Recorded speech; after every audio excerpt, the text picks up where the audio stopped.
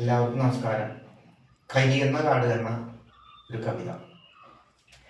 വേട്ടപ്പട്ടികളെ പേടിച്ച് ഞാനിനി നാട്ടിലിറങ്ങില്ല ചങ്ങാതി. കാടായ നമ്മുടെ വീട്ടില് വന്നിട്ട് പേടിപ്പെടുത്തുന്ന നായാട്ട്. കാട്ടിലും പാർക്കാൻ അനുവദിക്കാത്തൊരു മുട്ടാളന്മാരുണ്ട് ചങ്ങാതി. നമ്മളെ പോലുള്ള വന്യമൃഗത്തെ സംരക്ഷിപ്പാൻ ആരുണ്ട് ചങ്ങാതി. കാടായ കാടൊക്കെ വെട്ടി നശിക്കുമ്പം ഓടിയൊളിക്കുമ്പോ ചങ്ങാതി. കൂട്ടം തെറ്റോടുമ്പോൾ കുഞ്ഞിനെ കാണാതെ നട്ടം തിരിയുന്നു ചങ്ങാതി.